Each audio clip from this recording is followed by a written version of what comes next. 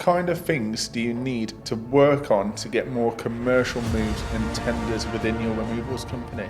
Our team, it's a family company, so it's run by me and my son, my wife.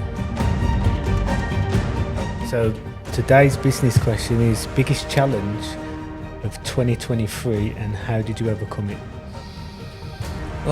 Biggest challenge is going to be, in the end, to be honest, without giving too much away, what we hope to do is franchise. For the other local companies in my area, but we need more staff. Yeah. You can't have all Ronaldos on the team, you need a few Nicky Butts in there as well.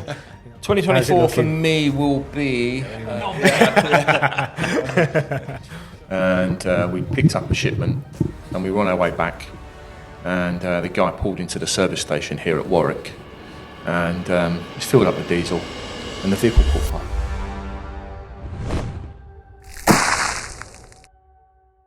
Hi guys, and welcome to this month's episode of mve-cast. Today we are blessed with Scott Rust's presence. He's travelled today from Surrey, and we're looking forward to diving into Scott's life and learning a little bit more about him. We see him online. We're excited to have you along, and I'm going to pass you over to Rob now, because Rob always starts with a business question. But yeah, thank you for making the journey to Inkborough today. Yeah, welcome. Yeah, welcome, and Merry Christmas. So on this podcast, we always start with a business question to provide value for our audience.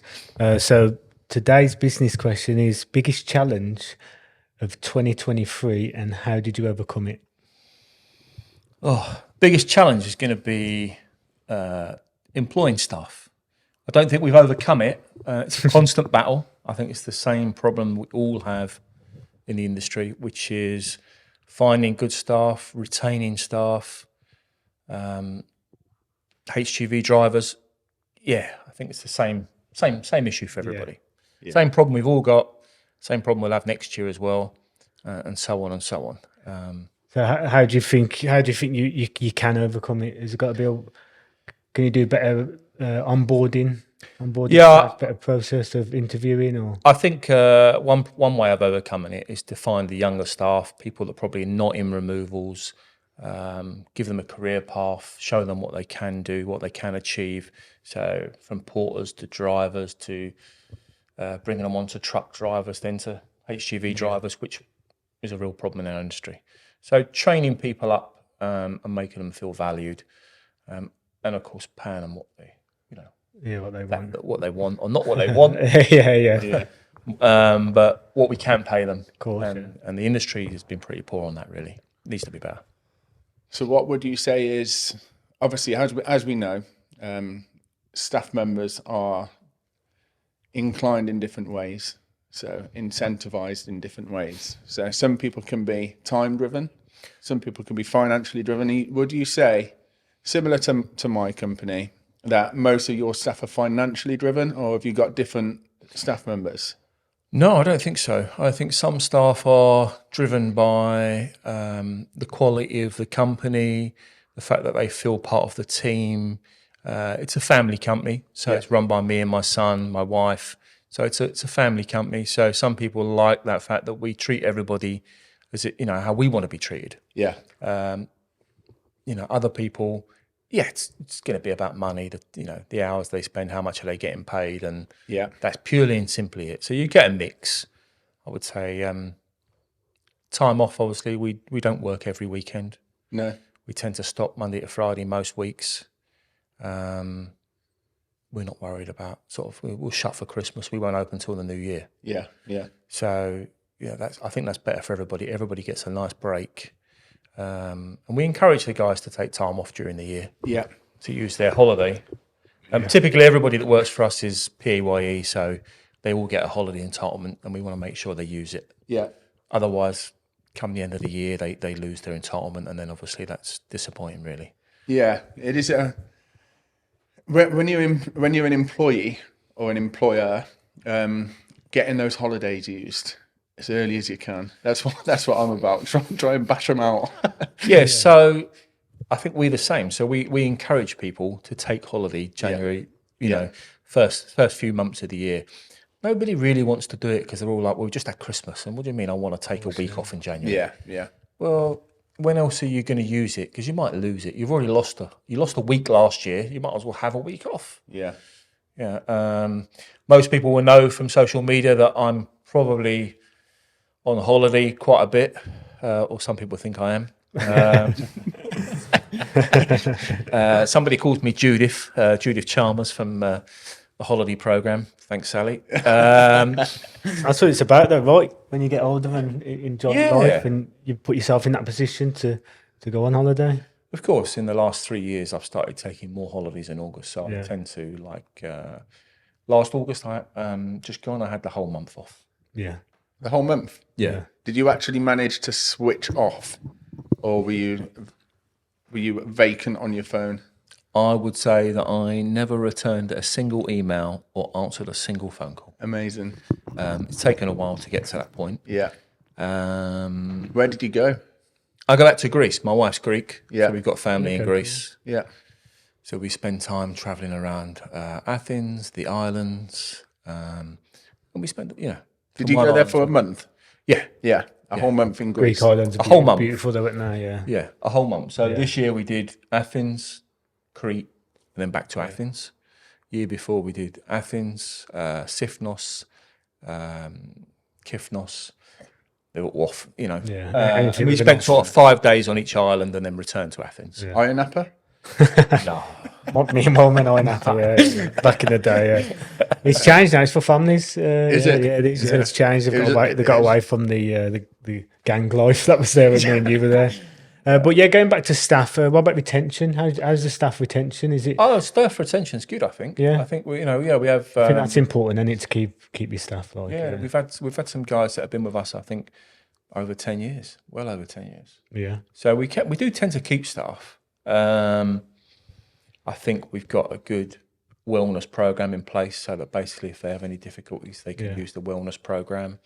We've got a rewards program that they can use as well, so they get discounts at various shops and things like that.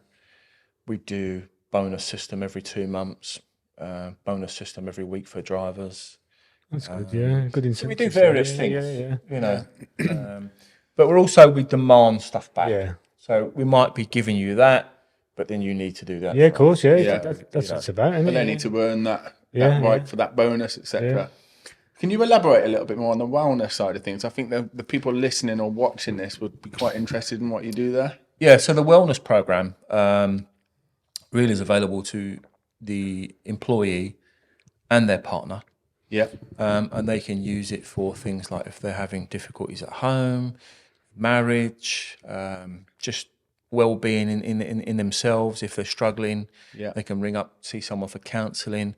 Struggling to get a GP appointment, they can get advice online, and it's available 24/7. So it's all done through, I think, as part of the Peninsula package we've got. Okay. So we pay a bit extra for it, but then anybody can use it if you say you're having problems with your landlord or rent arrears or something like that. Yeah. So it's there for that. That's really good. That's really, really good. So important, isn't it, to show that care for your staff?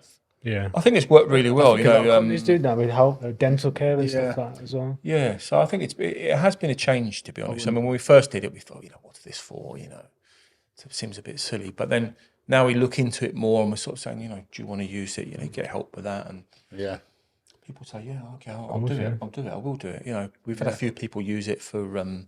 Unfortunately, deaths in the family and stuff like that. Bereavements, Bereavements, yeah. So it's been really good. So how do you go about getting into that?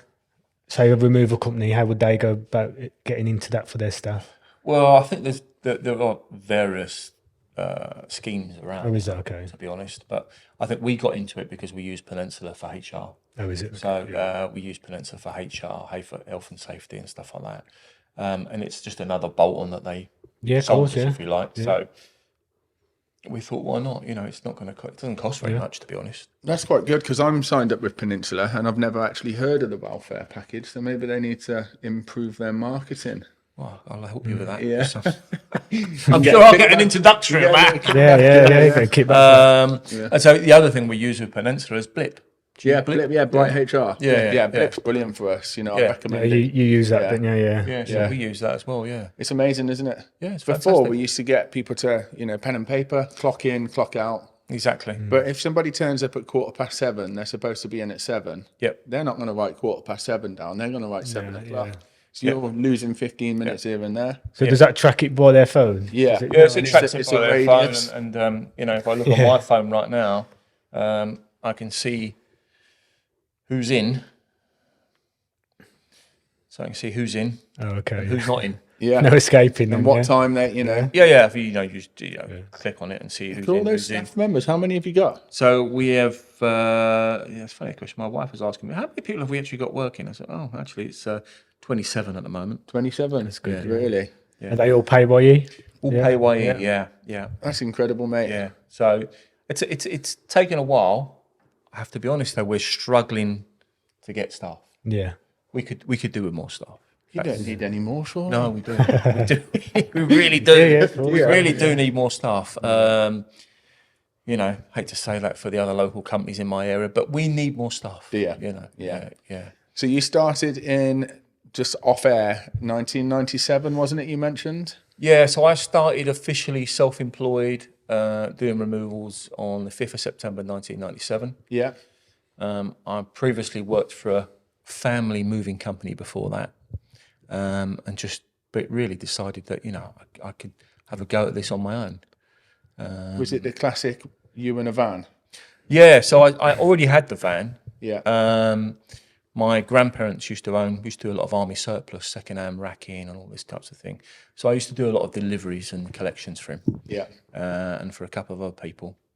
And so I just went, well, I'm already doing all of this. Let's just go the next step and do removals. And so I went from sort of having an LT35 to an LT40.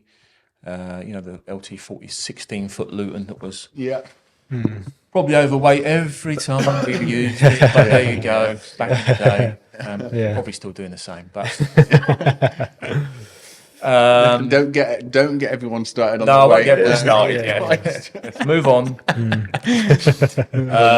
And then a pal of my brother's, who was my mechanic at the time, who's in fact Chris is still with me today. Does all my mechanics. Basically, I bought my first truck from the garage that he worked for.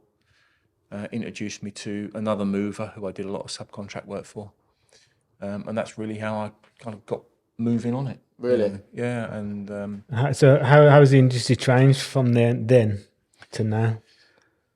unfortunately, not as much as I would have liked. Oh, okay. Yeah. I think we still face the same problems. Yeah. We're not seen as professionals. A lot of that's down to our own fault, to be honest, I feel. Image is everything, Yeah. Everybody still thinks it's just an easy business you can walk into and, it all works. Yeah, I know Warren's had a few issues with that. Some people have asked you that started their own removal company at now, and then like they don't realise how hard it is, as you're saying. Like, It's easy to get a van and go out and do deliveries or do the odd move, but, that's where maybe the man and van syndrome comes from. And then obviously, but to actually be classed as a full-on removal company is a bit different. Yeah. You can't, it's a different ball game. Yeah. Are you out on the road every day, or are you actually working in the business and moving it forward? Yeah. Software would be a big change, which obviously back in the day when I started, obviously I don't think there was much software around, and what was around wasn't good. Yeah. I started using a company called, I think it was called Movies back then, and they don't exist today. They're not. Yeah. Have you heard I of forget iMove? because time runs so fast, doesn't it? Yeah, of course. It really does, yeah. When were computers originally born? It was. I'd say it's last couple of years of our high school. Yeah. Yeah. So when What year was that? You both feel I'm younger than me. 85. Yeah. I was born in 85, well, so It depends, because the computer was like, say, like 2000. Yeah, say yeah. 2000s. Do you know what I mean? It was Yeah. like Well, I can still remember typing out invoices on in my loft, in my office yeah. when I first started. It's just So sorry about that. It's an alarm. I have lots of alarms set on get my up. phone. yeah. So so I can remember typing out. We didn't have a computer when I first started, so definitely wasn't then. Yeah. I mean, it's come on since like the internet. It's just come on so much, isn't it? Yeah. Tech, From an office point of view, the business has changed dramatically. Yeah. There's no doubt about that. I mean, we used to send quotes out by post to get 7 days, send out a lovely brochure, folder, everything. Yeah. And you'd say to a client, I'll send that out to you in 7 days. And they would say, thank you very much. That's really good. Now, if it's not there in 7 hours, they've said, well, I've booked someone else. You're too late. Yeah. I know you try and get it out straight away, don't you? It was like 10 minutes after the quote. What about you? There's a balance. Like myself, I'd always send it within like an hour. If it's like a big complex job and I need time to figure it out, then I tell the customer 24 hours. If it's an easy 2-3 bed house, I say it'll be within the next hour or two. And I can actually, because it's so fast on iMove on the phone, I can send it out before I've even left their road. Yeah. You know what I mean? And I think it's important having that. They've just welcomed you into their home. They've got to know you. They quickly forget that. Yeah. You know what I mean? I think so. That the short that space between sending them the quote, the better. Yeah. Speed is everything. Yeah, now, isn't 100%. Yeah, unfortunately, speed counts for a lot now. It's, otherwise they've met the next person. And, Exactly. And you're already being pushed to the bottom of the queue. Yeah. Which was nice about the old days. We had beautiful brochures. You could leave them, and they would look at that and go, "Oh, that looks fantastic." And all the information inside it. Now it's just. So do you not leave brochures anymore? Do you not? We do have brochures. We still have brochures. With some, still got the fantastic brochures. Leaflets provided by Lisa. Yeah. I think you use the same ones. Yeah. So we still have all that. So when you go to see someone, you still get to leave something behind, which is nice. But you still need to get the quote out very quickly. Yeah, you do. So back then, it was a 7-day turnaround, was it? You have I was happy if we got them out in 7. Actually got it to the client. In 7 days. Yeah. You do the. I was the surveyor back then, so I'd go out, do the surveying. I used to do 8 surveys a day. Yeah. Running around, 1 on the hour, every hour. People still say, I don't know how you do that. And I say, well, you just can. Yeah. Just do, don't you? Yeah. So, and then I start working them out in the evening, finish working them out early in the morning, and hand them in to be sent before I go out and do the rest of the Crazy. next day. That is crazy. So that's how I used to do it. Yeah. What about pigeons? Weren't they back then? No. Computers came just after the pigeons. Apparently that's why I used to wear out so many sets of tyres on my car, because I was running around like like crazy all day. Was that the long blonde hair, the Porsche 911, and the long blonde hair? It was. It was. Yeah. So we was talking off camera about the good old days. The good old days when they said, we knew when you were coming back to the office, we could hear you at the end of the road. So that's when they all pretended to be busy. All pretended to be busy. I'd walk back in the office and they'd all be doing something. Yeah. What do you do now? You got tested now. What do you do now? It has. It's quite Now I just open the app on my phone and flick on the cameras around the building. I can see what they're all doing. I can hear them. So it's a little bit different, but it's incredible what you've achieved in that amount of time. It is. Looking back on it now, it has been it's a huge change, and I think the huge change, to be honest, for me has been just finding the right staff, putting the right procedures in place. It's been a slow process of sort of building things, company policies. I think if I'd have spent more time doing that and building the company from the office side, I probably could have done a lot more, a lot quicker. Thankfully, I've got my son in the office. He joined us 5 years ago, and that's been a big, real turnaround for me. Somebody I can, have full trust in the office. I can say to him, "We've got all these tasks to do. Can you just go and get on with it?" And I just leave him to it. He does it, and he's, we've gone after contracts, and I've said to him, "These are the contracts we need to win," and he's gone out, put it together, and we've won them. Hence the month off. So hence the month off. I like it. Right. I don't need to. I'm love not that. there day to day, really. I'm not running the office anymore. Yeah. My son runs the office. Give him the credit for that. So what percentage is like AIM and removals? How do you juggle them? Is it like you got staff for one and staff for the other? Or So is in it all kind of honesty, integrated? it's I've got somebody who works with me on AIM. He just does the AIM stuff. He doesn't, very rarely touches anything for central moves. Steve really works remotely now. Used to work in the office Okay. when we first started. He now works remotely from Wales, and he's got industry removals, experience. Used to work for a few companies up in Newcastle. So he just works on AIM full time. We got Vince, obviously, he's the director of AIM. He does all the SEO, social media side, and things like that. But he also has his own business, so he'll do Yeah, so websites. he does websites and stuff. Yeah. SEO for other people as well. Okay, cool. He does stuff for Central as well, so he has done for a long time, for about 10 years now. And then I sort of spend 25% of my time on AIM, probably 75% Central moves. Yeah. So, but I'm not doing surveys anymore. I'm not doing the day-to-day stuff anymore. Of course, yeah. I deal with more of the financial stuff. Are we getting paid? Who's not paid us? Yeah. I found this tender that I want somebody to go after, or why are we not doing more work for this one, or why are we not doing more work for that one? So do you do a lot of commercial work, do you, with removals? We do a lot of private commercial work, as in house builders, local authorities, schools. We do office stuff as well, and we also do quite a bit of trade work for other moving companies in Europe. So that's been a big thing. Obviously, I've always done that. I think it's good to have that base of commercial, because it's kind of a regular kind of income, would you say, compared to house moves? Yeah, I mean, it gives you an extra leaf. It does. It's like a retainer. It's a retainer. I mean, all these things. The sad part of it, they always get busy all together at the same time. So your private house moving, your trade clients, all that, they all get busy at the same time. So ultimately, we're all moving customers. So of course, all the customers move at the same time. At the moment, our focus is we just joined IM, so we're focused on overseas moving, building that up for the next year. Yeah, that was cool. Yeah, which is something we came away from. You're excited about that then? Overseas? I am. Yeah, I'm really excited about that. I'm really interested to get back into it properly. Get someone in the office. Well, I've got someone in the office working on it full time. And just start building up that department, that side of the business. I think it keeps your excitement, doesn't it? When there's another outlet. You don't want to get. We always say, you don't want to get stagnant. I think that's what has always been done well, and it sounds like you do the same. Yeah, I think there's always into training.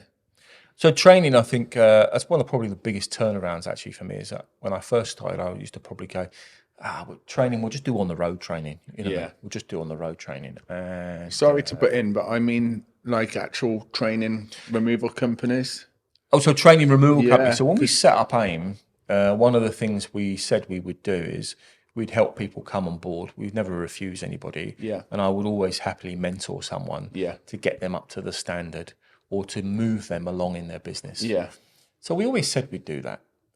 It's just one of the things that's been, I guess, lost in the message. Yeah. I've had a chat with someone today who's just joined, and one of the things was, what do you want to do? What do you want to achieve? Yeah. Right. Come into my office. We'll sit down and we'll make a plan. Obviously he's close enough to me that I can do that. If it wasn't, I'd do it virtually. So that's one of the things in the new year I'll do. We do monthly meetings on Zoom, talking about what you could do monthly. And then I'll do one-to-ones with people on personal development. Yeah. Yeah. And I think just experience helps people. Sometimes you can get a little bit carried away in the removal industry. You might decide to sign up for some new fancy phones. Yeah. Mentioning no brand names. Let's not go there.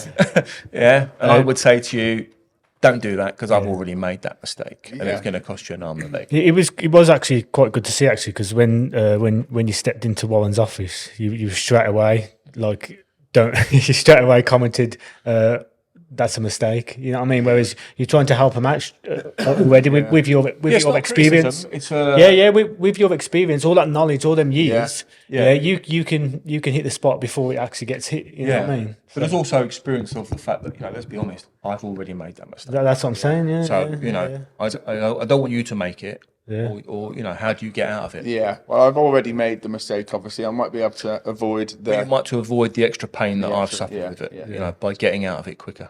But we're talking about hi. If anybody's watching this, do not sign up to hi.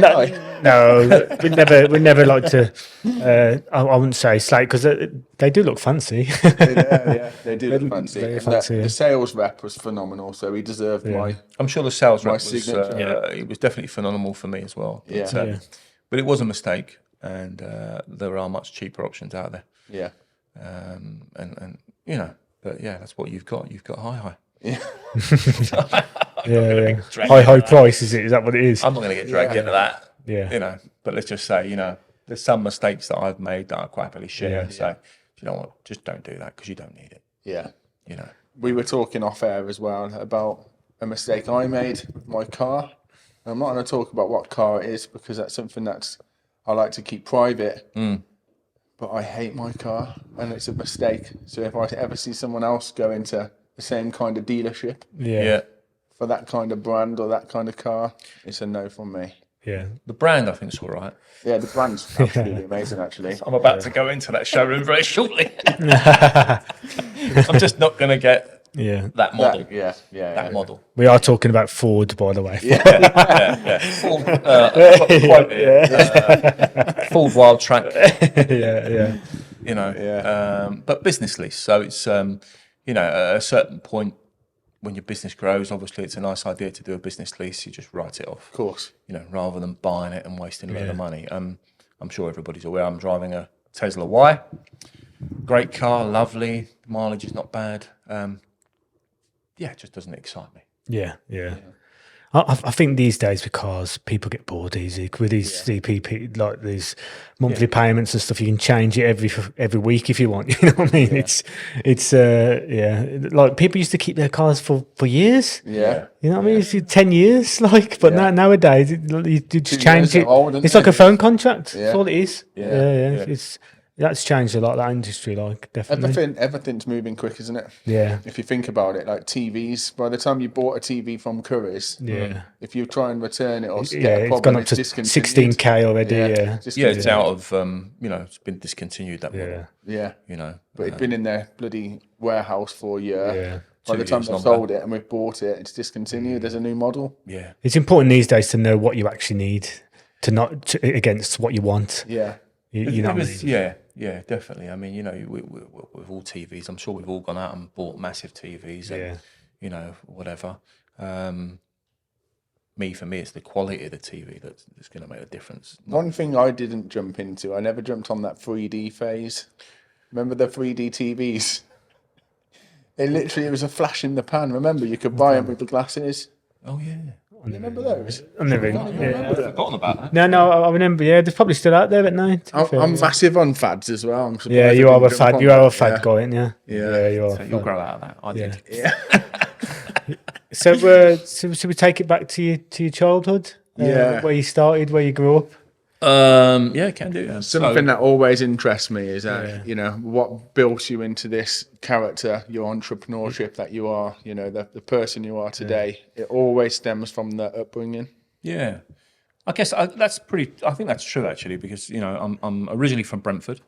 They're now in the Premier League. I was going to say, I used to be a supporter when I was growing up. So I'm from there. My family are all based around there. We've got quite a big family. I was one of 6 growing up. My grandparents all worked for themselves. Did quite well. The family, do quite well. My dad was the same, worked for himself. My brothers all worked for themselves. So I guess it was always sort of installed in us. You go to work hard, do something for yourself. Yeah. You'll benefit from it. I mean, that just seemed to be the mentality that was pushed on us, really. What was you like at school? Was you academic or? Academic. Well, crikey. I was actually the most academic person out of all my brothers. Okay, yeah. Everybody else was probably not finishing school. I struggled with some reading and writing and things, dyslexia and stuff. But at least I managed to work my way all through school and get in a sixth form. Actually, what I wanted to do was be design buildings. Architect. I want to be an architect. Okay, So cool. that was what I was doing at A level. That's what I wanted to do. I was good at it. So that's what I always wanted to design buildings. Yeah, okay. That would be, if you like, a legacy to leave behind. I like it, design some Thinking nice like buildings. that at a young age is great, yeah.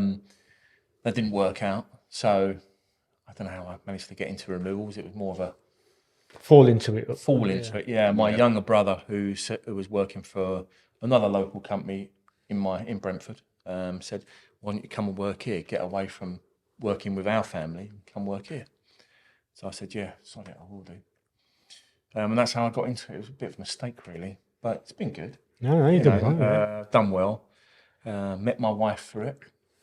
Was that an international move, was it? So I met my wife on I can't remember the year, but it was the Young Movers Conference in Luxembourg. No way, yeah. So the European Young Movers Conference in Luxembourg, we met. For a number of years, we did some work backwards and forwards. She worked for a company in Greece called Orphe.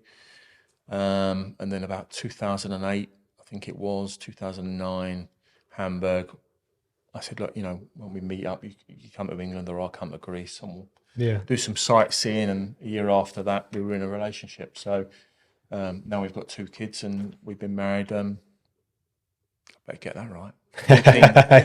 14 years. 14 years. 14 years. 14 years. How old are your children?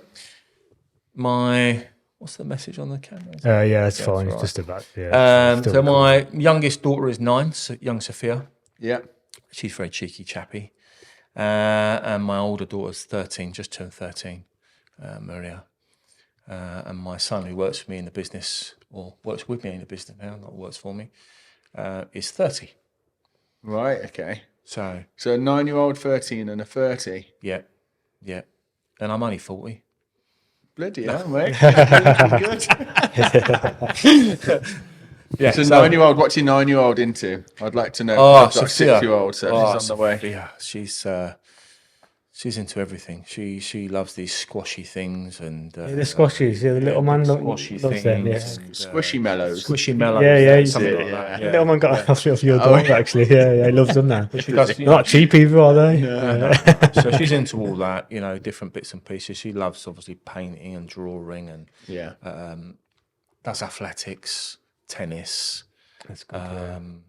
piano, Cubs. We're doing Cubs tomorrow. I'm actually one of the support leaders as such. Oh, yeah. I've been doing that for 4 years, on and off. You seem like such a community man.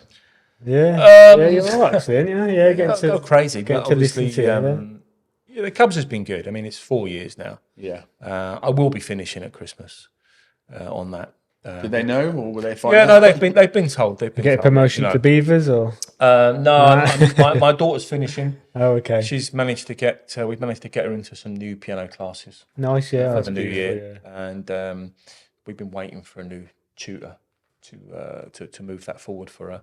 And it just so happens that it's going to be a Wednesday night, and Yeah, of course, clashes with Cubs, and yeah. there's nothing we can do about it. But other than that, she loves tennis. Loves tennis. Yeah, I love tennis. Yeah, you I bloody went love for a tennis. fad. You went So for a do I. fad, didn't you, of tennis? I thought I was going to be pro, didn't I? Till you played me. Oh, yeah. Oh, that's good though, isn't it? Both my daughters play tennis, so Do yeah, both play tennis. Can the 9-year-old play against the 13-year-old? Or is it a bit too off No, balance? that's a bit too off balance. Is it? Yeah.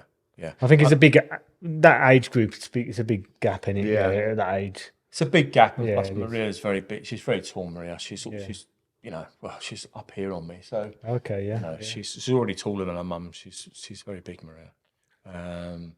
She's strong. So no, she can't play. Would you say that you I'm only asking this because it's something I think about a lot. I'm really conscious of this. I lose a lot of time with my family because I'm just a headless chicken most days and evenings. Have you got that kind of problem? Or have you overcome that? I think I've got better at it. My wife's going to say no. Good job she can't write something on the screen now. I used to work 7 days a week. Yeah. And I would, my son will say, I was never at home. I was always work.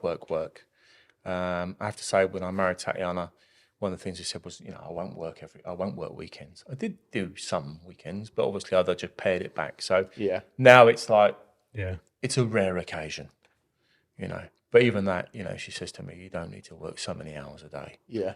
And so I will try to finish at 4:00 most days. Do you? Yeah. And do you, because I couldn't finish at 3:00, but my head doesn't finish until I go to sleep. Do you know what I mean?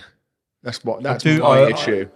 I think we're in that zone and we're in that age where we like tigers at the minute. Do you know what I mean? I think we're hungry at your age thing. Is like, I think if I look back at how old I was, well, if I'm same age as you, then obviously I'm working like you are, if not more. Yeah.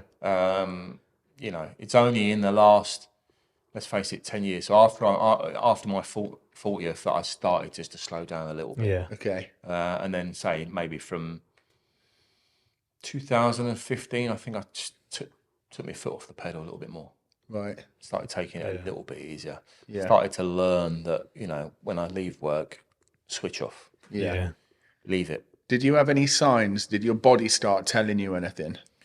Or did you just realise it in your head? On a daily basis, really. Yeah. I think it's stress, isn't it? I think... how you deal with it as well, isn't it? How you deal with stress. Yeah. No, I don't think it's just a stress. I think it's like, you've been on the road for a long time. I spent a long time on the road working. So, I've got back issues, sciatica issues, etc., etc. So that still plays a... Tell you what, you sound like you sound like what your childhood sounds like was, because you've had back issues. Yeah. So you've got to get them sorted as quick as you can, really. Yeah. But the stress, the stress used to play a major part. I can think of an instance, probably the first most stressful thing that ever happened to me was, funny enough, it's on the M40 as well. The LT40, we were doing a job for someone. And we picked up a shipment and we were on our way back, and the guy pulled into the service station here at Warwick, and it's filled up with diesel, and the vehicle caught fire and the whole vehicle burnt to the ground. Did it? What, your van? Yeah. With all this, what was on all the shipment on it. Oh wow. And so that was probably my first most stressful thing that ever That's happened. a bad one. Really? Yes. That was probably around 2000. Around the year 2000. How did you deal with that then? What's it like getting that phone call? The problem is when you get that phone call, you're just like, oh wow, that's me. That's going to put me out of business. Yeah, you think of the worst, don't you? Absolutely think of the worst. It's not the first thing you think of. To be fair, the first thing I thought of is everyone okay? Is everyone all right? Well, I knew the driver was, because he was calling me. I said, you're all right. He must be all right. He's calling me, so thank God for that. But is anybody else hurt? And he's like, no, everyone's fine. That's all right. Okay, next question then is, whereabouts in the petrol garage did you catch fire? He said, right on the pump. And I'm like, oh, wow. Is that, I got visions of the whole petrol garage on fire at Warwick Services. Yeah. Luckily it wasn't that, but, so was that nothing left of the vehicle, nothing left of the goods? Just nothing left of the goods. Oh, wow. Back of the vehicle completely burnt to the floor. Just the outer casing, a little bit of alley left because the alley took longer to... How did that happen? What was the cause? What caused that? The only thing we can work on is there was something in the shipment. Okay, like we just lithium don't know, battery or something. The cab was still there. Yeah. The cab hadn't burned down. Okay. So it wasn't that, if LT, the engine was right under the cab. So, the cab hadn't burned down. The cab was still all in one piece, apart from the back window, which had blown through. So we can only imagine it was something in the shipment. So regarding staff on that, like dangerous goods, do you train your staff to be aware of dangerous goods? No. Well, in removal sense, are we really moving dangerous goods?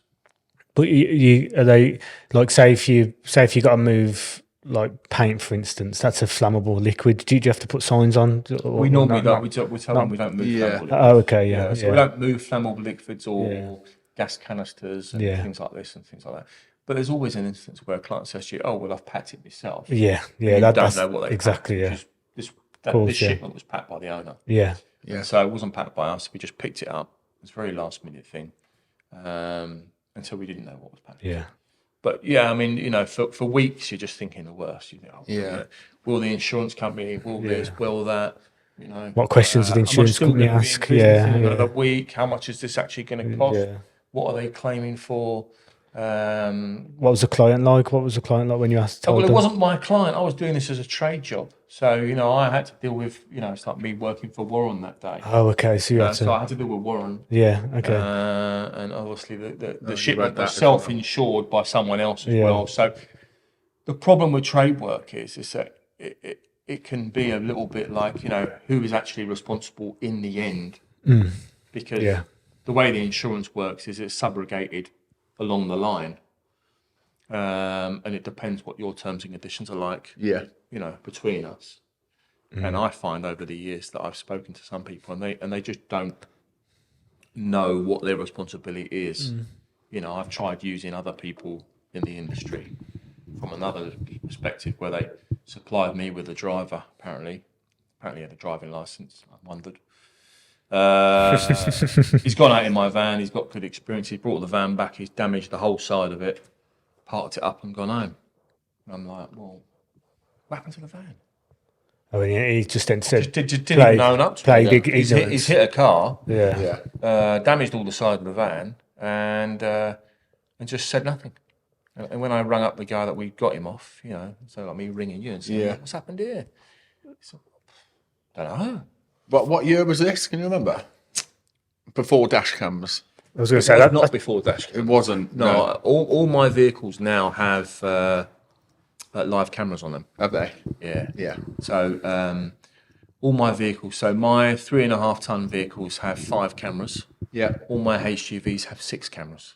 Wow. So we have a camera covering every angle. We also have a camera in the back Yeah. covering the loading. Yeah. So do we. Yeah. So that we can see what's being loaded now. Yeah. Have you seen that Samsung truck? Have you seen that marketing where the Samsung truck's got the driver's view on the back of his logo? Yeah. It's cool, isn't it? It's fantastic. That is. Yeah, it's a great. You got that Very one? good.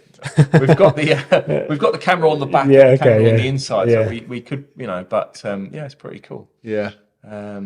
But we also have the camera, obviously, cameras in the usual places like inside the cab, Yeah. forward facing, left turn, right turn. So we have them all, and they're live as well. So that's the other difference. I could literally just watch the drivers on Yeah, my watch phone. them. Okay, Yeah. yeah. That's great, isn't it? We can monitor their driving as well. Yeah. Yeah. We had an incident not so long ago, probably about a month or 2 ago now, where a customer got in touch saying, you've damaged my guttering, you guys they haven't said anything, I'm a bit disappointed with this. So we obviously jumped on that, but we didn't even look at the cameras, we just assumed it was us. Yes. So we went to visit the customer and it turned out that it was like special aluminium guttering, which was made on site. It was one of those kind of jobs. Yeah. We were like, Christ almighty, this is going to cost thousands. But then when we got back, we spoke to the guys, they were like, none of us hit it. But we've heard that before, do you know what I mean? Yeah, Correct. We've heard that before. But you could just tell, that none of them knew anything about it. And they were also saying, if it was me, I'm really sorry. Do you know what I mean? So there wasn't like... So there's a little bit of doubt from your side. Yeah. But isn't that the beauty of having the cameras? Yeah. It's not that you want to check on the staff because nobody's interested in that. No. But when it's there to protect you Yeah. and them, Yeah. that's what it's there for. And that's exactly what it did. The cameras proved it wasn't us. Yeah. Did they? Yeah. So Yeah. before and after. Yeah. So, Before and after. It was, Did you send that to them? Yeah. Yeah. What It was it? beautiful. What was It their beautiful. comeback? Like, They apologised. To be fair, I don't think she was trying it on. She just assumed it was us, but it must have been somebody after us. Or okay. Somebody before us. before, yeah. Before Yeah. us. Yeah. So we got away with maybe. it. Yeah. Well, I had one with pre-cameras. But if I didn't have the cameras, I'd have took blame. Yeah, you I would have, would have yeah. took blame. I'd have been like, I'm You, really you sorry. don't want to ruin your business's reputation, do you? No. So you just so you would have paid out. Yeah. You just get the problem off your plate, don't you? Yeah, because you're kind of thinking also with claims, sometimes where somebody makes a claim, we will get it. And you go, you scratched the table or something. You say, we don't think we did this. But you know what? I'll offer them 40 quid. Yeah. And, if they accept, that's it, done deal. Yeah. It's easier sometimes just to do that and obviously get it off your plate. Yeah. And obviously then you think, well, They're not going to go online. They're not going to write anything bad about you. Your reputation doesn't suffer. Of course, yeah. So you think, well, Get it off the only plate, don't you? Yeah. £50, I'll just pay it. Some people live off that, don't they? Some people, Yeah. some scam artists live off that. So. Yeah. Definitely. I'll try not to go into the long-winded story, but I had a bit of a situation where afterwards I realised actually my time is a lot more valuable than money. And it was one of these kind of situations where I just wish I'd have passed it to insurance straight away. Yeah. Because I always try and solve stuff. That's just who I am. I just want to get the problem off my plate. But with this particular client, I wish I wouldn't have bothered.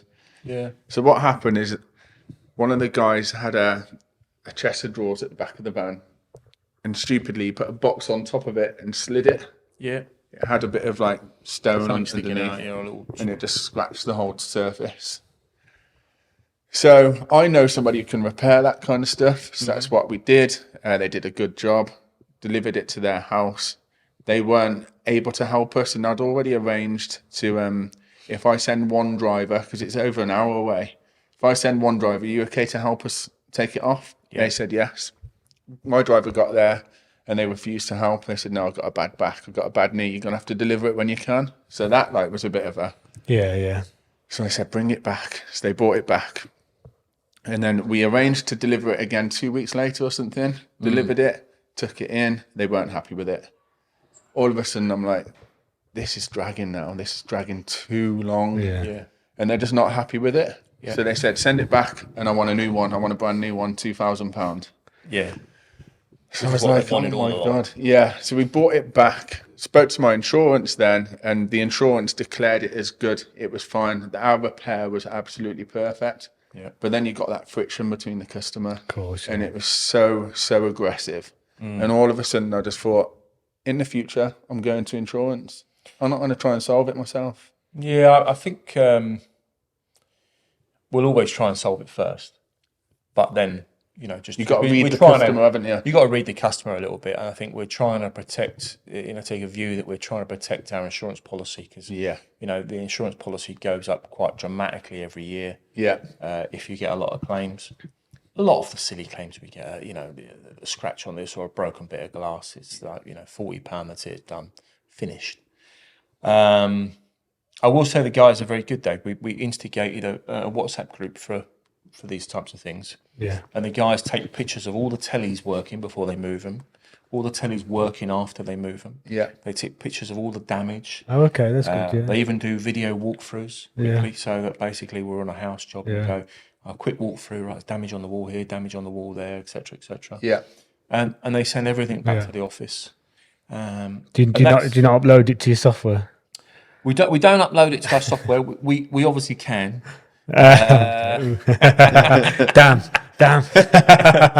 But it doesn't. It's something we have to manually do. Yeah, it doesn't integrate. So okay, I don't know about iMove. Obviously when do you do that? Well, do you take photos? Yeah. We take photos of previously damaged goods. So if we go in and it's already got a big scratch on it, you do that, and then we upload it to the customer's file on iMove. Yeah. So that time and date stamps it. That's really important for us. Yeah. So I think we can do the same. I mean, I don't know about iMove. Obviously, can you do an inventory off of iMove, or do you still need to write the inventory? Yeah, you can do an inventory. You can do a digital inventory on iMove. Yeah. And you click on it and take a photograph. So if you're using a tablet on the job, you're writing an inventory. Yeah. Click on it, take a picture. If it's already damaged. Yeah. Yeah. So you just upload it automatically. That's it. That's good. Yeah, very good. We used to do it on WhatsApp before iMove, but we found like these photos and different like files and stuff are in different areas. Yeah, so we're still using WhatsApp on that at the moment. That will probably change in the next year or so. But when you sign up to iMove, I will. Yeah. So, but I think it's that type of thing, as you say, software, going back to computers, that's where you're saving time, money, and protecting yourself from fraudulent claims, from staff going off and doing whatever they want willingly with quotes. I mean, I remember when we used to type the quotes out, sometimes I'd look back at them and go, oh my God. Yeah. You said we'll do what? We're all yes people though, aren't we? Like I've always told all of my staff, just do anything you can to get the job and to please the customer. But sometimes it can bite you in the Within ass. reason, I think, we've stopped doing trampolines. Have you? Yeah, we stopped doing trampolines a while ago now. We just said, no, it's your responsibility. Yeah. If it's a 6-foot one. What's up with the trampoline? Do they not disconnect, or is it a nightmare? Is it? They take so long to do, and then you get this new type, which is not spring loaded. It's like a scissor system. Yeah. And we just said we can't do any of those. We started doing them, and we had so many problems. Would you not do it for like a higher cost? Because when there's problems, there's money. Yeah. So why not? Well, what we've said is that there's a company that supplies them. They build them. If you want, we'll get them in. Okay. Yeah. And it'll be an additional cost. Yeah. That's good. At least you ain't just battering it away. We haven't said no. We just said, look, we get somebody in who makes them and builds them professionally all the time. We do that with hot tubs and stuff. Exactly. So, I mean, they're fairly easy to move. I've seen somebody move one, obviously. Yeah. But, they've got one in my garden, which I never use. But, But there's a company in Worcester that charges like 200 quid or 250 quid. And if I had to get a load of guys on it and then we're going to be more than 250 quid. Exactly. So it's an easy add-on. You can add that on to your service. Yeah. And I just think there's lots of things like that in the removal trade we could be adding on. Yeah. Making a bit of money out of. I mean, I still talk to people and they say, it's a question for you, I include insurance. I say, well, just sell it to the client. Yeah. It's an easy sell. They either want it or they don't want it. Just sell it to the client. You've got to pay for it. So, just charge a little bit on top. Just say there's the option, have standard or enhanced, charge them for it. You just have to change the terminology now, don't you? To like extra liability or something? Extended liability. Extended, Extended liability, yeah. So we sell insurance, it covers all of our insurance for us. Yeah. So it's not actually costing us anything because we sell it and we make a little bit on it, in fact. What other services do you bolt on? Like, for instance, the key waiver charger, dismantling. Do you charge for all that kind of stuff? So we do a basic beds and dining table, etc. Yeah. And then when it gets to come, bunk beds or sheds. Bunk beds, sheds and stuff, we'll always add them into additional. Yeah. So we'll add them into additional. So we'll say, because otherwise it's difficult to work out how long things take. And, so there's 2 men available to do your 6 triple door wardrobes. Yeah. For the day. Do you want us to do them or do you want to Yeah. do them yourself? There's the extra cost if you want us to do. Yeah. So going back to your removal company, what's it look like today? How many vans? How many staff? Yeah. So we're, as I say, I think we're 27 staff at the moment. We still need more if you're looking for a new job. So we've got 7 low loaders at the moment, 2 7.5, an 18 tonner and a 26 tonner. And we're in talks with a maxi mover about supplying some new vehicles for next year. So we're looking at doing crew cabs. So we can get like 4 or 5 people. In the low loaders, doing crew cabs on them for next year. In a 3.5 ton? Yeah. 4 or 5 people? Yeah, so we don't need the volume so much. We just sometimes we're doing like we do a lot of work in town on certain contracts. Yeah. And we might have 500-600 cube to move, but we need 4 people because we need one down with a van all the time. Yeah. You're working on a 10th floor in a tower block. Yeah. Yeah. So you need one down floor, one in the lift, so on and so on. So you need 4 or 5 people, but you don't need a lot of weight. You can even shuttle the job around the corner. Yeah. There's no distance involved, and there's no key weight because it's a council move really. So you don't have any key weight. Just shuttle 500 cube at a time. They tend to have a decent payload anyway, don't they? The maxi movers. They do actually, yeah. They do have a better payload than some of the others. Yeah. I was speaking to him at the show. Yeah. Nice guy actually. Mark, yeah, he's a nice guy. We've bought 5 off him so far. Yeah. Yeah. I think it's probably going to be our next van, actually. Just after speaking to him. In hindsight, I bought vans for 18 grand brand new. I bought 2 vans that we still love now, done over 100,000 now, but they were 26. But now going in, it's 40 grand. Are they expensive now? Yeah. 40 grand. Yeah. My first low loader cost 17,500 plus VAT. Did it? Yeah. 17,000. 17,500. It's still being used today. I sold it to another mover, and he still uses that today. It's got air suspension on the back. You got to buy it back one day. No. I'm not Just for the- cement on that. Trust me. You're not. No, You I'm not can't, though, cement. can you? I used to be. I'm not now. Yeah, you Once can't. they start causing me problems, they're Yeah. gone. Get rid of It's- them. Yeah. That's why I would never buy off a removals company, just because of my own way of working. Yeah, of course. Well, yeah, I think actually, you don't get rid of it because it's doing you good, does No. it? Do you? I've sold 2 to another moving company, and pretty much he still talks to me. Yeah. So, I suppose it's different stages of the removal Of company. course, though, yeah. yeah. Because if you've outgrown that van and Yeah. you're passing it on, aren't you? Really, there's no issues with it. You're just passing it on. No, there was no issues with the vans. I mean, obviously they are what they are for the Yeah. age and everything. Gordon still uses them. I mean, they still look good. But obviously, being in London, we need all ultra low. Yeah. Yeah, of course. So that's why we was getting rid of them. Really, Yeah. it's because just the emissions. No good for emissions. No. I had a Merc, which was my first van, and it was problematic. I held on to it too long because I loved it so much. But I remember I posted it on Facebook, Classic Marketplace, and it was one of those vans you had to start for a good 15 minutes first and let all the black smoke piss clear. out. A choke out. Yeah. All the blue smoke. Yeah. And the guy turned up early, and I never got a chance to do the black smoke thing, and I thought, shit. But anyway, he test drove it. It was pissing out black smoke behind, and he still bought it. Yeah. He said, "I'll just sort it out. Don't worry, I'll sort it out." And that guy is in Worcester, which is like where we're from, and he's got a little removals company. I still see it all the time. Oh, is it? You can Okay, actually yeah. still see the Warrens behind his. Behind Okay. Yeah. So it lives on. But he obviously knew how to sort it out, so he wasn't bothered, was he? No. So, How are you getting on with the lorries? The big lorries? with the lorries, yeah. So I mean, the main thing with the lorries is that you struggle for drivers.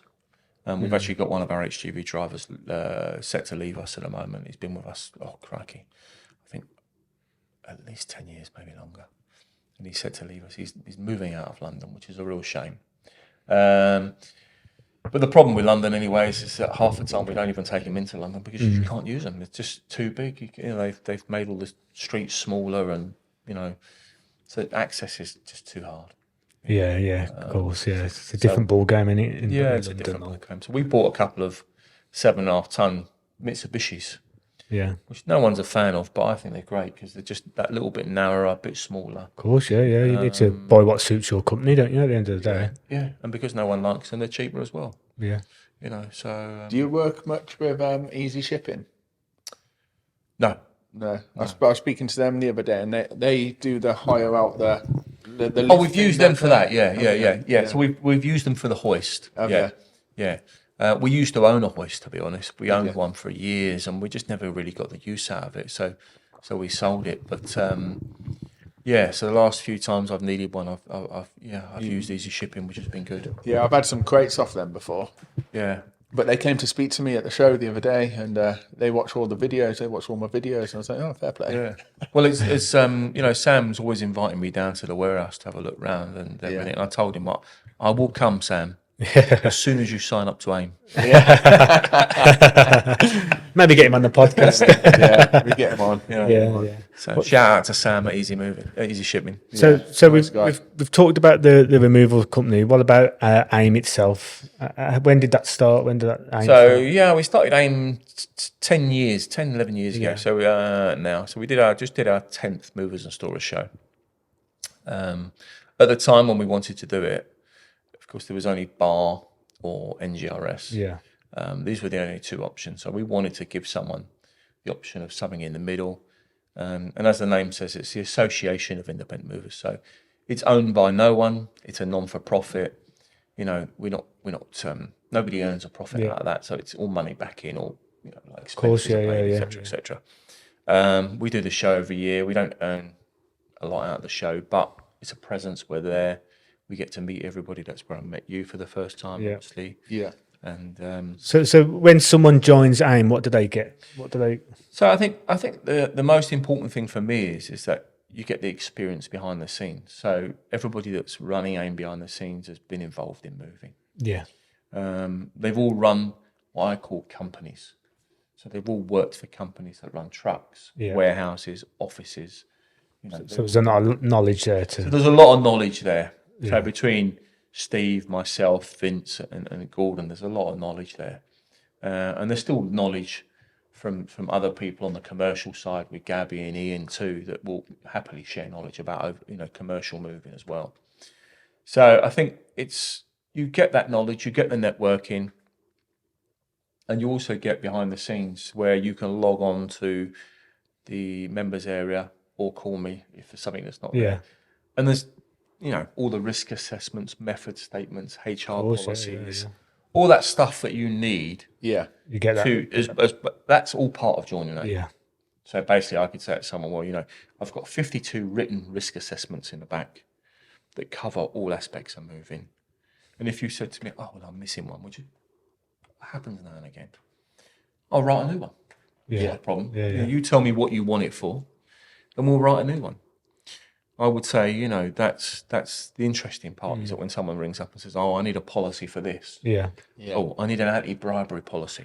We didn't have one at the time. We're like, okay, Steve, we need to write an anti-bribery policy. Yeah. All right, I'll do that. Yeah. Then we put it in the back end. Everybody's got it. Nice. So we share everything. Do you get leads? Do you attract leads for your customers, or is it kind of? We do attract leads, but not very often. I can't say that that's a big part of it. I don't promise to do that. Yeah. It's more like the badge and the recognition of it's that the badge. recognition, you being able to sell it to the client that you're a member of an association. You're not a member of a boys' club. You're a member of an association. That's been vetted you. I mean, that's one of the things we are bringing out, more vetted, more checks in the coming year. So you don't just take on any removal company. It's kind of like. No, we don't just take on anybody. You can't just pay. I remember that happening to me one year, many, many years ago. You cannot just pay when you're in. Okay, so we've got to be. I remember sitting there having a chat with someone once, and he said, well, it started to get a bit difficult, the conversation. He just said, have you got your checkbook? I said, I've got my checkbook. He said, well, let's deal with that bit then. We're a bit different. We're not. You don't. We literally don't need. I don't need your money. It's a non-profit. The money doesn't come to me. I don't need your £45 a month. Yeah. My moving company makes enough money for me. AIM doesn't pay me a wage, so I don't need to have you on board. Yeah. So if you want to be on board, then, Scott, for non-profit. I guess you're just in love with the industry and you just want to help and make it a bit more professional. A bit like the Cubs thing, isn't it, really? It's a strange thing because, I used to have these conversations with Danny, who's another business owner in my local area, and we used to say, we should start a trade association, we should do this, we should do that. And for years we sat around the table and said we'd do it and we didn't. And then all of a sudden, I get to a point where I've got a bit more free time. And I just decided that, I would do it, give everybody a third option, because I can see that bar was one option. And obviously the National Guild of Removers and Storers was another option. Yeah. And there was nothing else. And I wanted there to be a third option. Yeah. But a fair third option for movers in between the two of them. Something that was a bit cheaper, but something also that was run at a different level. And also, with 4 movers. That would help them sort of avoid making some of the pitfalls that we've all made through our experience. Yeah. So I think that's good. Really good. I would say that I do work a little bit with the BAR now. Yeah. We're working with them on the new apprentice scheme. Yeah. Also, I'm working with the quality standards for the BSEN. I'm now on board with them, helping them redevelop the standard. So there's a little bit of crossover now after all those years of working together. All I can hear is your wife saying, what the hell are you doing now? That's all I can hear. All right. You know her well then. Yeah. You're married to the game, aren't you? Yeah. I'm a workaholic. Yeah. I mean, I could sit here all day and say, right, okay, in the new year, we're not only going to focus on overseas moving, we're going to focus on this and this and this. Yeah. I don't mention it. I think business is a game, and I love the game of business. Do you know what I mean? I think that's why I work all the time, because I actually enjoy it. It's not as if I'm going to work and then when you're working on your different. This is enjoyment. Yeah, of course. Don't get me wrong. I've got other things I enjoy outside of this, or I'm learning to do that. And it's important to have that as well. It really is. Yeah. You got to make your brain tick, haven't you? Yeah. There's a question that I was on one of the podcasts that I listened to. Like, if somebody gave you now £10 billion and a yacht, and you get to do nothing, and you sat there on a beach with your cocktail, how long would it take until you're unhappy? You need to make your brain tick. Yeah, you need it's progression, and you need to have progression in life. I think. Yeah. Like I've always said, I would never want to win the lottery because then it's the game's over. The game's over. You know what I mean? Yeah. Well, I'll take that chance. Yeah. I mean, It's weird. It's got a weird thing that I have. Yeah. I don't know if you ever saw my social media, obviously, but I used to do a bit of Tai Chi. I've stopped for a while now. So I used to do Tai Chi quite a bit. Yeah. And so I said to my wife, what we'd do is we'll buy a place in Crete, in Palahoria, and as a retreat. And then we'll have Pilates, Tai Chi, Nice. and we'll just do that. Yeah. Retirement. She's like, you're mad. So even your hobby, you're trying to turn Even into a my business. hobby, I'm Yeah. I'm like, right, we'll build a. We're not going to build a villa. No, we'll build a bed and breakfast. I've got something to do every day. Next thing you know, you're working more. And then I can teach Tai Chi and get my instructor over, and he can help as well. Yeah. And she's like, Nah. You are a workaholic, aren't you? Yeah. It's nice to actually meet and speak to people.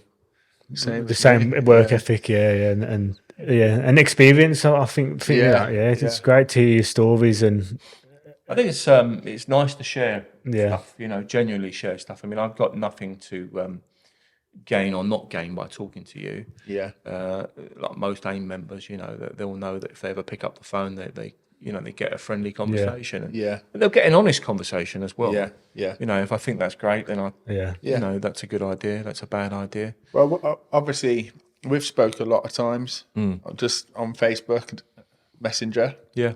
And you've always showed me support. Yeah. Always. And part of the reason why I've invited you in today, this is your first ever podcast. So you've never actually spoke this openly before. No. But I've been... not on video anyway.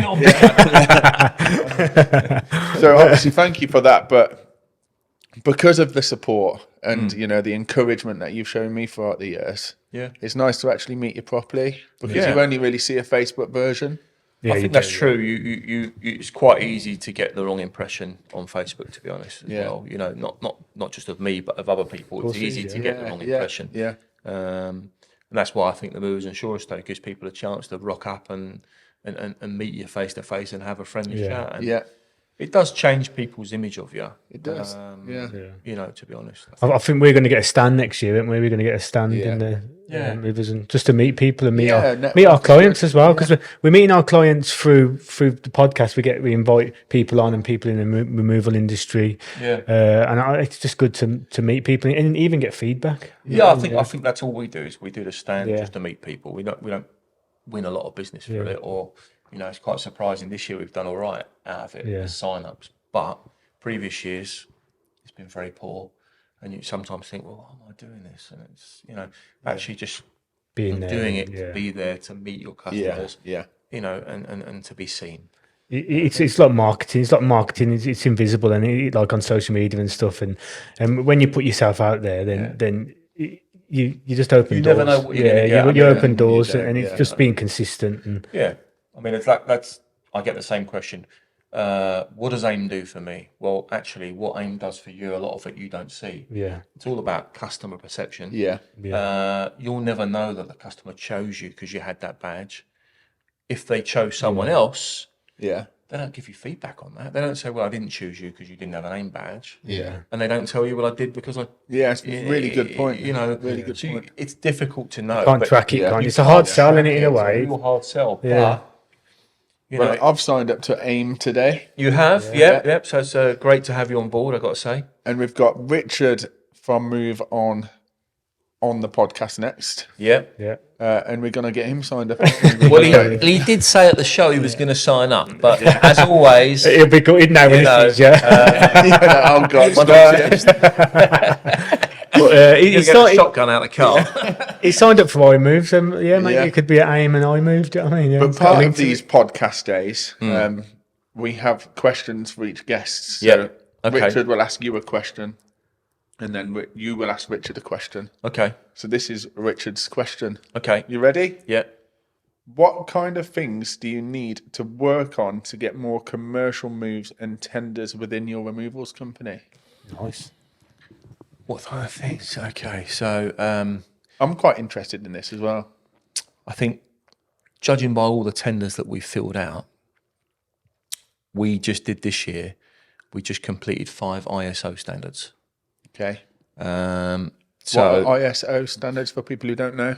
well, they vary. So an ISO standard for office moving or for business, for environmental. So they're just standards that regulate. Software, yeah. A little bit like software in a way, because there's standards that regulate how you work and what your procedures are. Okay. And so you're basically writing down or setting out what you will do and what you won't do. Right. And you're telling everybody we adhere to this. Yeah. And it's pretty much, it's not regulated as in 100% you have to do that.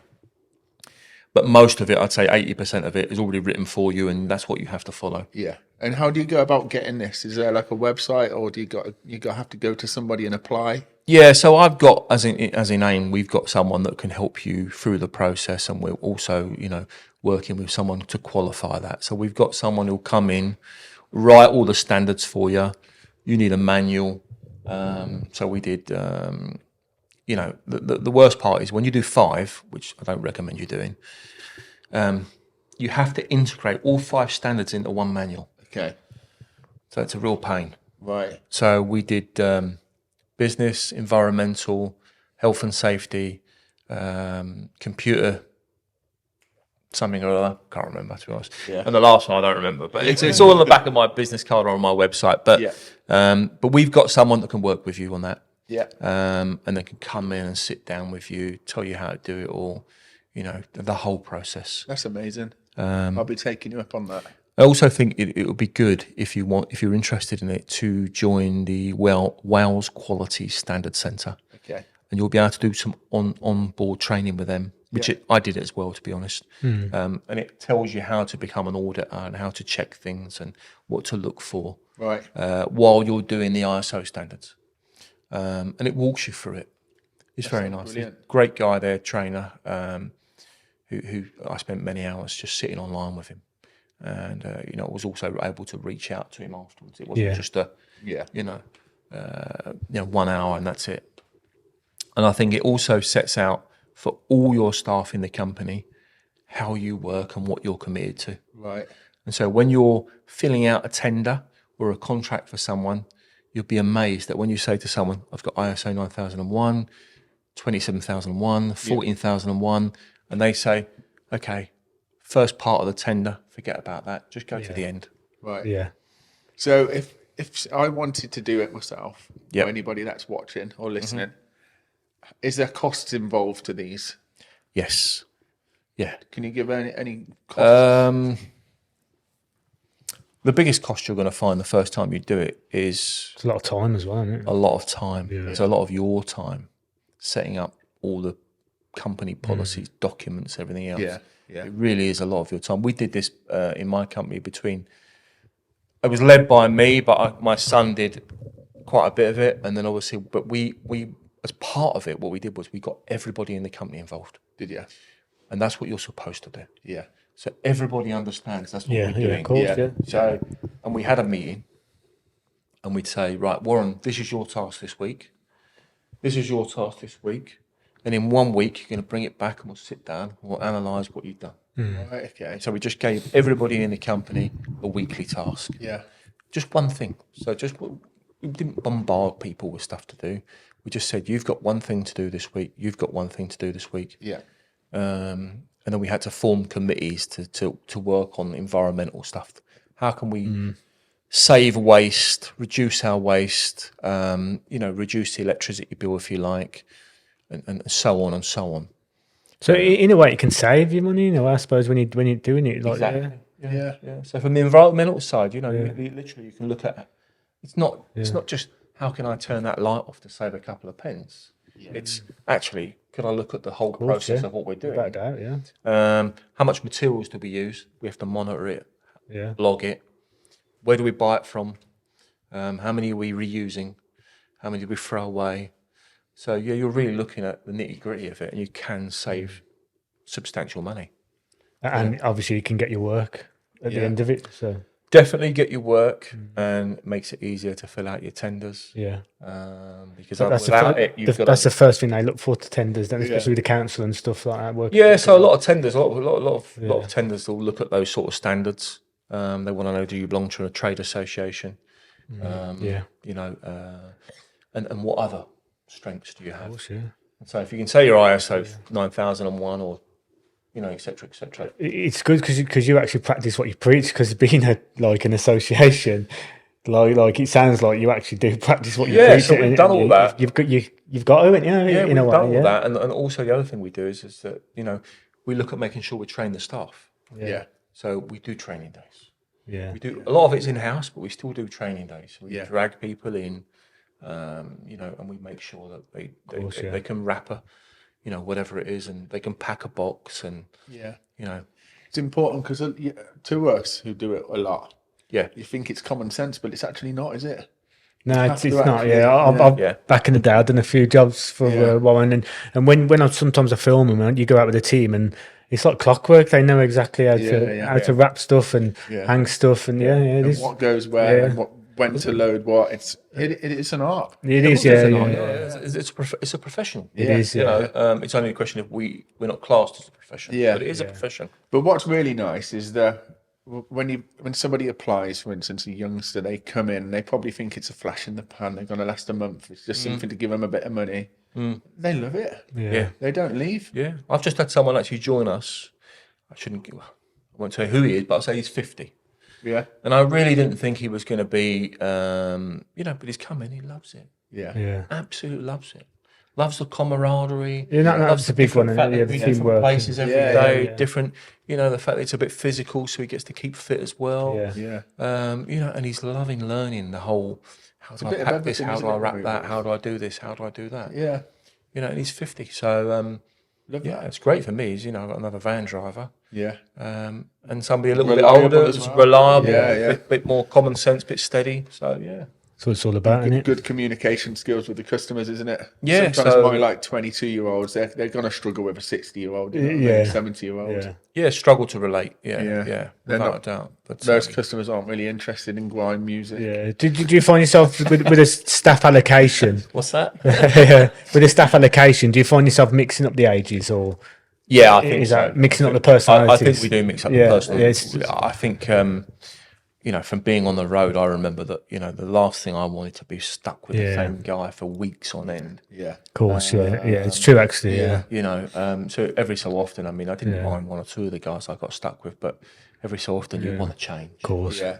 And I encourage that Yeah. with the staff. You know, I've got a guy that his name's Chris, and he came to me about a month ago, and he said, I love this guy I'm working with. He's a legend, but I just need a break. Yeah. I just need I a did break. it, yeah, fair play, yeah, And I was like, no that's problem. good, yeah. You'll have a break from him. Without being told, I wouldn't know. Yeah, Just well, keep without paring that. them up, But that's you know? nice that you come and told you, rather than, you know, I've had people quit before. Yeah. I don't want to work with this bloke. It's like, well, Yeah. why don't you come say something? Yeah. Or put you with someone else. Yeah. You know, oh, I just can't do it. So he's quit. Yeah. You know, he's 20, you're 40 odd. Yeah. Just come to us, say, can I have someone different? We say, yeah, no problem. Yeah. Because I bet staff cohesion's big in the removal world, because you don't want people like staff who don't like each other on the job. That's the worst thing you I think, want. Isn't it? I think everybody likes everybody. It's just that Yeah. if you work together too much, too long, it can Yeah. be a bit overpowering. Yeah. Of course. Yeah. And I suppose you can't have all Ronaldos on the team. You need a few Nicky Butts in there as well. You know I what I think your mean? Nicky Butts are the better players. Yeah, yeah, They're yeah. the ones that get you out of trouble. Yeah. They turn up every day. Yeah. You can rely on them. I don't like the Ronaldos too much, to be honest with you. Yeah, mind you, you do support Brentford. I mean, The I stopped Ivan Tonys of the world. I stopped supporting Brentford after they lost the Freight Rover final at Wembley. I went to watch them at Wembley. Oh, did you? As Okay. a kid, yeah. The old Wembley. Yeah. Broke my heart watching them at Wembley. I came away crying and said I'd never go back and watch them again. Who's your second team? So my second team is Man United. Okay, yeah. Now that happened because my son growing up was supporting Man Yeah, United. it's So I nice sat things, down yeah. and watched it with him, got into it again, Yeah. and I've watched Man United Yeah. ever since. And that's happened really. Well, digress a tiny bit into football, but Yeah. it turns out that because Man City are the current winners of everything, that's where all the school children are going. So everybody supports Man City now. But when I was young, it was Man United. Yeah, and when I was growing up, That's a move, actually, isn't it? Yeah. after Brentford, I was Everton, Yeah. Yeah. to be honest. But I mean, I support Real Madrid, Paris Saint-Germain, Man City. And, that's what it is. Yeah. he's a glory hunter. He is. So you're more, as you've got older, you're more player focused, aren't you? Yeah. I You love support players. I love football. Yeah, I love football. My first team's like Glasgow Rangers because my old man's Scottish. He drummed it into me. Do you know what I mean? Yeah. And I got brought up with the Gazza era and the loud. It was great days. But then obviously now my son's growing up. I don't want to get him to Glasgow every week, so I'm just debating on what local team teams. you But I lived in choose, Manchester for a bit, and I did go to the City games. But then I've got big, and it's like, and I'm a Brummie supporting you've got to Manchester choose a City. local team. Yeah. So that's what I'm looking at now. So I see Villa doing well. So. I had a season the ticket. glory. I had a season ticket at Villa at the whole end, so I did like it there. So yeah, I see what, as yourself, like I see what football team he likes to You're a support. Bellingham fan, aren't you, at the minute? I love Bellingham. Yeah, he's a Brummie as well. You see, so Yeah. it reminds me of a lot of my friends from school. Like so, yeah. Does it? Yeah. He reminds me of, you're probably not going to believe me, but he reminds me of me back in the day. We don't believe it. Definitely not. Yeah. He's a typical Brummie, and he legend. Yeah. So digress. So what's 2024 looking for you? 2024 for looking? me will be to push on with the aim to get as many people start the new process of the Zoom meetings, monthly Zoom meetings, monthly one-to-ones. There's more things we could be doing with a membership website, which I think is pretty good, but just it's so complex. We just need to do more of it, really. Yeah. Make more of it. That will work well. We're linking AIM to the American IM group as well, so we'll get recognition off of that for the overseas movers. That will be introduced into a whole new group. So that will happen. For Central, we're hoping to add 4 more vehicles next year, and hopefully we can find the staff to drive them and do the work. Are you looking to add vehicles or replace vehicles? Both. Bit of both. Bit of both. Yeah. I'm only asking because I'm not looking to add at the minute. I just need to replace a couple. We've got 2 to replace. We're still running 2 Euro 5s. Oh, yeah. But as long as we're busy, we'll just keep paying the fee for it. Yeah. So we're not going to worry about that. We've got the overseas stuff to develop. We've got the commercial office moving side to push on with. And we're looking at probably starting some waste side business. Yeah. Waste big now, Waste is big. It is. And I'm currently looking at a couple of sites for self-storage. So, which I never mentioned earlier, but obviously I'm looking at a site for self-storage in Nottingham right at the moment. So it sounds to me that He's not slowing down, in it. I simply do more and more and more. that I think those months off in August are off the cards in 2024. I will not be taking. I've already warned the wife. This is for his son, isn't it? Yeah. So, well, the self-storage side is something that we really want to get into more of. So we just need to find a couple of sites. I mean, I've spent months looking already. Yeah. Think I might have found one in Nottingham. So it'd be containerised self-storage, which is what you're doing that as well. So that will be our first 12,000 square foot site. Okay. There are a couple of others that are a little bit bigger, but this one's right in the centre of Nottingham. What's taking you to Nottingham then? Well, I worked with Gordon quite a bit from All Moves, and he's obviously helped me. He's helps me out over the years with AIM as well. Yeah. And so that's what's taking me in Nottingham. Really. Yeah, I like it. In the end, to be honest, without giving too much away, what we hope to do is franchise. Okay. So what we'll do is we'll franchise off the 2 brands. We have Central Storage and Central Moves. Yeah. We'll look to do some franchise options. Cool. Yeah. That's perfect. Yeah. So would you franchise both the storage and the removals Separately, yeah. separate? Yeah. Cool. Yeah. I think you've got a good foundation for franchise as well because Yeah. you've obviously vet companies. You know what I mean? So that's Yeah, I mean, we've vetted, 80 companies and, AIM is growing and the longevity of it, I think, works well. people can see that AIM's been around 10 years, and you know, and we don't just take anybody. That's one of the myths. Yeah, of obviously, course, I know that, you know, the membership. Someone said to me at the show, you know, oh, the membership hasn't really grown. I said, no, it hasn't really grown, but it's, you know, it's been quality people. Yeah. We've had a few come on, obviously, that haven't made the grade and they've joined and left, or for whatever reason. Yeah. But in general, you know, we're looking for people that will come and add value Yeah, without a doubt. to the you know, to the association, rather than sort of, you know, disrupt everything. So that will be, I think that will just continue to grow. The quality's there. You know, the back end is good. What you can get out of it is only as good as what you want to ask me. You know, if you don't talk to me or don't email me, then you can't get anything from it. Yeah. And you're always, you know, on hand to help as well. Yeah. You know, like whenever I message you reply straight away. Yeah, I mean, generally I do reply straight away. I mean, obviously I can't say I reply within 5 minutes every time, but you know, I am busy as well, as you can imagine. I think that's I mean, from the outside looking in at removals, like since creating iMove, that's what I think. Well, I mean, Warren gives so much time as a knowledge of just not. You don't just get the subscription; you get all that knowledge as well. That's correct. You know, you're not just paying. I mean, like, you're paying £45 a month, but you can ring me up and have a 3-4 hour phone call about your business. And no disrespect to anybody, but my time's worth much more than that. Without a doubt. Yeah. People don't realise that, do they? Yeah. And even like the mistakes that you made, you can tell them and they can learn from that, and that's without even trying to save them money. Yeah, I mean, obviously, you know, there's the telephone thing, there's insurances, there's, you know, advertising, all different things. You know, so there's money to be saved from joining up and joining a group that's been there, seen it, and done it.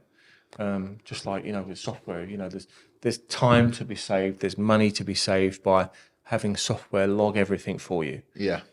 One of the things you'll do with that is you'll log all your bad clients or anybody that made an insurance claim, and when they come back to move with you again, you are prepared. Yeah, of course. Yeah, there's a little note. Double the price, then, isn't it? Yeah, sometimes it might be double the price, or it might be that you're actually saying to the client, actually, I'm too busy. Yeah.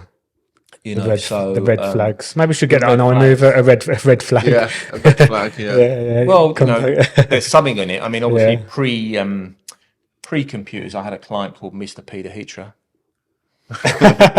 If he's watching, who I was on the move and we moved him, and he wrote me a 3-4 page letter, so before computers, telling me, you know, all these problems, etc., etc. And then I rang him up and said to him, after so many letters backwards and forwards, I just rung him up and said, look, you know, we need to come to a conclusion here. And he said, yes. I said, do you remember the tall blonde guy with long hair on your job? And he said, yeah, it was very good, very good. I said, yeah, that was me. Oh, okay. I said, so all these complaints you've got, I don't understand them, because I was on the job and none of this happened. Oh, you did such a fantastic job. And it just seemed to all disappear. Yeah. He's just trying it on then. That's a disappointing thing, isn't it, when people do that. Yeah. So, and I have to say, next time he said, can you move me? I said, what date? And I said, I'm busy. Yeah. He said, how about this date? I said, I'm busy.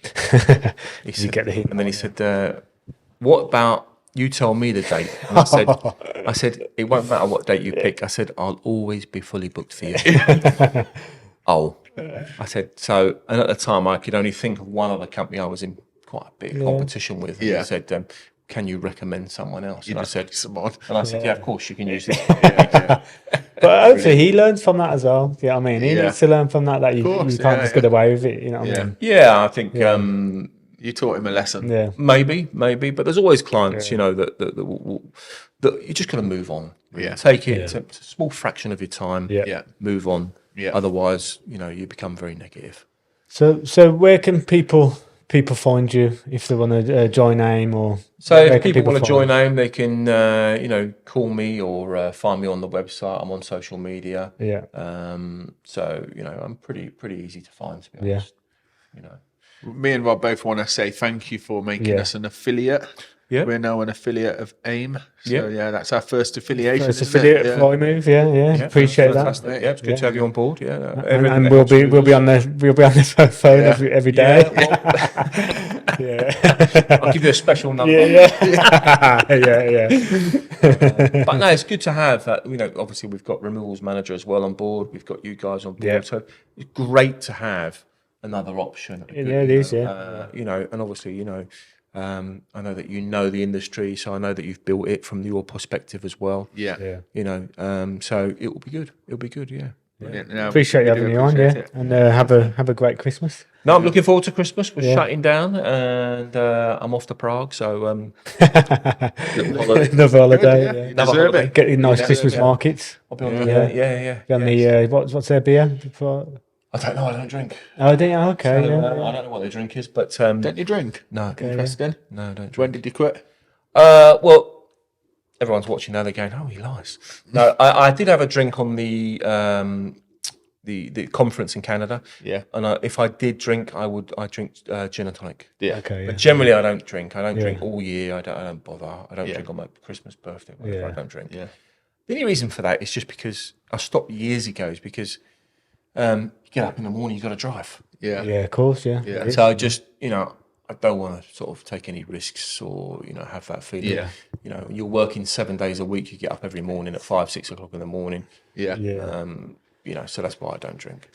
I suppose the problem with drink is it's not drink anymore, is it? It's medicine. Yeah, well, some people. Well, it depends how you look at it, and some It's people all- it's for enjoyment. business anyway. It is used as a medicine. Yeah, I think some people just, you can see what goes on, obviously, on social media. You see some people posting stuff late into the evenings that they shouldn't be. But, for me, I don't know. I just don't drink enough to worry about it. I'm a one-off drinker. I consider myself to be a non-drinker as such. Just like smoking. Takes you off the game, doesn't it? I think drinking. When you drink it the next day, it takes a few days to recover. That's what I don't like about drinking. Is that's why I don't drink as much. Yeah, you're not on it. Do you know what I mean? You've lost But 3 days. in your 20s, you can get bladdered and But- start work at 8 a.m. Yeah, in your 20s, it's no problem. But I'm nearly 50 now, so it's a different ball game. Cripples you, doesn't it? Cripples you, Yeah. And we all are about health on this podcast as well. Like health. Yeah, I think it's, we love it. it's don't we? better for your health if Yeah. you. What about the gym? Do you hit the gym? I'm doing the gym and Pilates at the moment. Yeah, Nice, so yeah, I gym a couple of times a week. We do a little bit of focus on boxing and stuff like I that. like that, yeah. And I do Pilates, which is all about back problems and stuff like that. Yeah, So yeah. so reformer Pilates is good for the back. What about the cold plunge? You done the cold plunge? I'm addicted to that at the moment. You see. I've done it before. I haven't done it recently. Me and my wife were talking about the cold plunge actually last night. Funny enough, somebody was recommending get one for your garden. Yeah, I've got one in my. I'm addicted to it. Yeah, every morning. Yeah. Yeah, Are you actually it's- addicted to Oh, it? yeah. I can't leave the house without going in it. Can't you? Yeah. It just gives me like I'm just alive. It's a strange feeling. Yeah, isn't it? I'm alive. I've just been for a workout, and I'm in there, and then I've overcome something already. Yeah. You know what I mean? I've overcome that mental aspect of going in there in the rain, horrible. And yeah, I love it. Yeah, Do you feel like it just wakes you up though? Just sets you, like Wait, you're ready to fight. You're ready for the day. Yeah, ready for a podcast. Yeah. You know when you go in it this morning, say, Yeah. do you empty it after and then refill it, or Yeah, is it the same you can water? get chlorine tablets. You can have ones that circulate. Depends. The one that I'm in is £100 from Amazon. You lie in it, covers your body. Empty it every 2 days. Yeah. which is not a hassle. Like, you got a hose, not a hassle at all. And it's I definitely highly recommend it. Yeah, especially when you get older and your joints are because it helps recovery. Yeah. Yeah, and helps your skin and Yeah, all definitely. sorts. Well, I'm Recommend trying Zoe, this thing that you Oh yeah. supposed to do wrong in the new year. Okay, So I'm going to be doing that in the new year. Well, I've signed up for it, and it should arrive. Yeah. Should arrive in January. That measures your bloods and like your Measures your levels, bloods isn't and it? what Okay, food yeah. you eat and all Yeah. this type of See, thing. the missus is a dietitian, you see, for diabetes, and she was trialing that exact thing. Yeah, it pricks you every now and again, doesn't it? I'm not sure. Me and the wife are both doing it from January forward. Yeah. So You get good knowledge out of it, yeah. it's the knowledge and that sort of thing. See where your So we body's can at. learn, see what the body's at. See where you have a donut and you'll just see your blood See what sugars. you shouldn't eat. Yeah. See what you shouldn't eat. Yeah. So it's interesting. Yeah. I mean, I'm not out on the road anymore, so I need to sort of watch what I'm doing all the time. So, although I did one out to Berlin about 2-3 weeks ago. Okay, So I drove a truck out to Berlin. We had a job 4,500 cube. Went out. And so I took one of the trucks out. It's like busman's holiday, really. Was it? Yeah. Bit of nostalgia. Bit of nostalgia. yeah. Driving out to Berlin again. Sleeping in the truck. Yeah. Yeah. It's very, Nice to very get out easy. and never get every now and again, isn't it? Yeah. Get It yourself was, back yeah. out It was there. nice to get out back on the road. I've got to be honest. I don't think my body will take it too much, but it was certainly, it was good fun. Yeah. Good fun. It was easy. I don't find driving abroad difficult. No. I drive abroad quite often, so very easy. Well, thank you for coming on, mate. No, it's been a pleasure. Thanks very much. Been a First, pleasure. Podcast. Nice to meet you. Yeah, Yeah, honestly, it's been amazing. Really, Enjoyed really that. great to meet you. We're sure. looking forward to posting this and getting it out there. Yeah. And letting Yeah. people watch it. Yeah, let's see. Hear your See knowledge the and feedback. get to know Scott. Cheers. I'm worried. I'll be all right. Cheers for You'll that, get to see it before it goes out. Yeah, brilliant. Thanks, guys. See you in a bit. Thanks Cheers. very much. Thank See you, you. man.